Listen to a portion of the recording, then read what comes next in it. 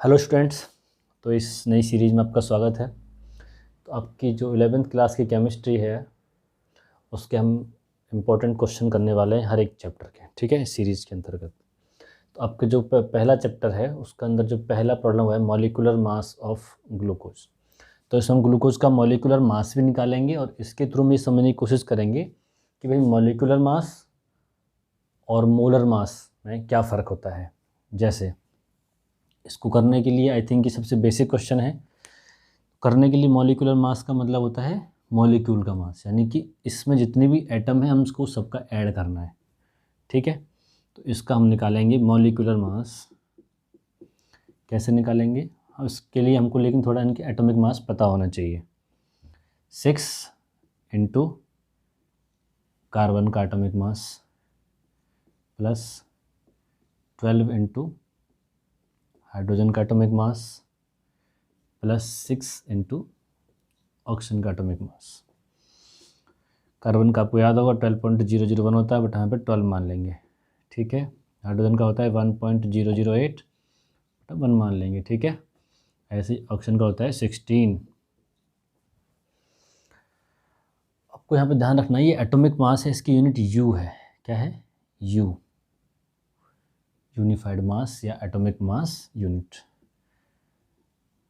12 6 जा 72, 12 यू,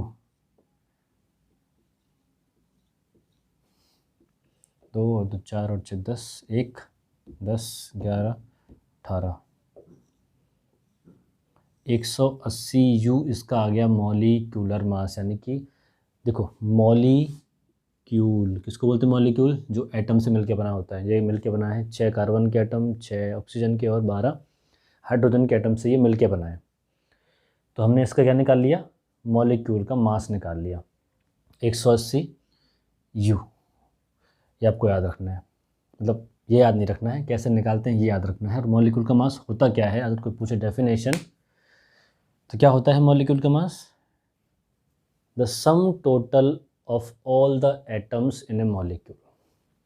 किसी मॉलिक्यूल में जितने भी एटम हैं सबका टोटल, उनका एटॉमिक मास, एटॉमिक वेट जो भी है उसका सम निकाल लिया हमने। अब इसी क्वेश्चन के थ्रू हम समझने की कोशिश करेंगे मोलर मास क्या होता है, ठीक है।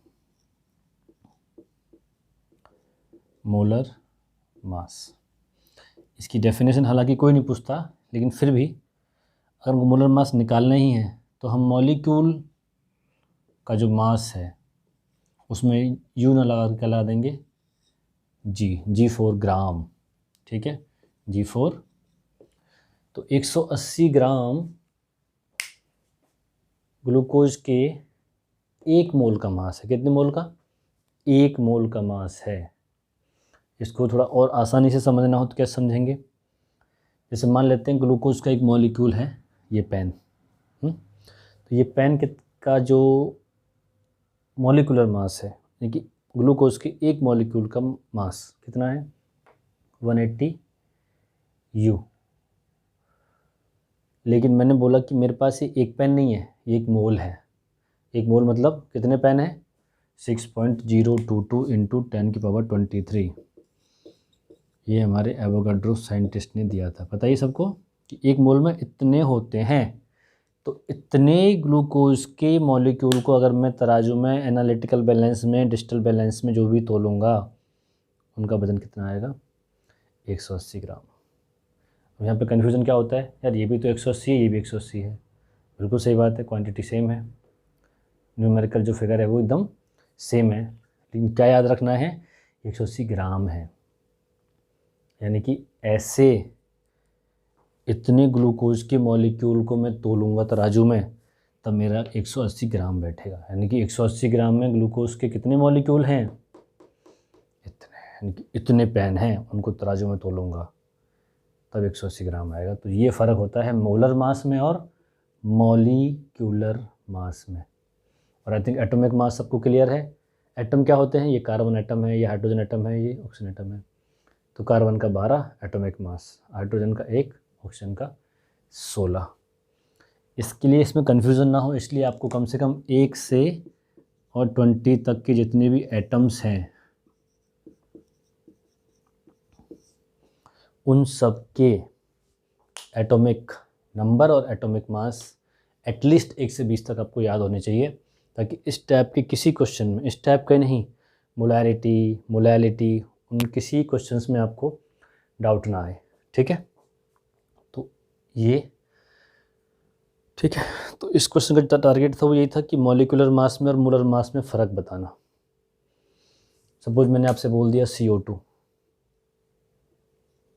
समझ रहे हो कितना हो गया, 44, 12 और 16 × 2 32, 44 U। क्या है ये, मॉलिक्यूलर मास। मॉलिक्यूलर मास की यूनिट हमेशा किस में आएगी, U में। U for AMU, atomic mass unit या यूनिफाइड मास, जिसकी डेफिनेशन भी आपको याद रखनी है। ठीक है, तो 1 unified mass equal to 1/12 of 1 carbon 12 atom. Carbon 12 के एटम का 1/12वां हिस्सा यूनिफाइड मास कहलाता है। ठीक है, तो ठीक है, फिर इस वीडियो में इतना ही। मॉलिक्यूलर मास और मोलर मास आई थिंक आपको समझ में आया होगा। ठीक है, ये आपकी केमिस्ट्री की जो नोटबुक है, सॉरी बुक है, उसका प्रॉब्लम नंबर 1.1 है। ओके, सॉल्व है, इसलिए आपको समझने में ज़्यादा दिक्कत नहीं होगी। तो इसके बेस पे आप जितने भी मोलर मास पूछे हैं, मोलर मास की यूनिट क्या रहेगी, ग्राम।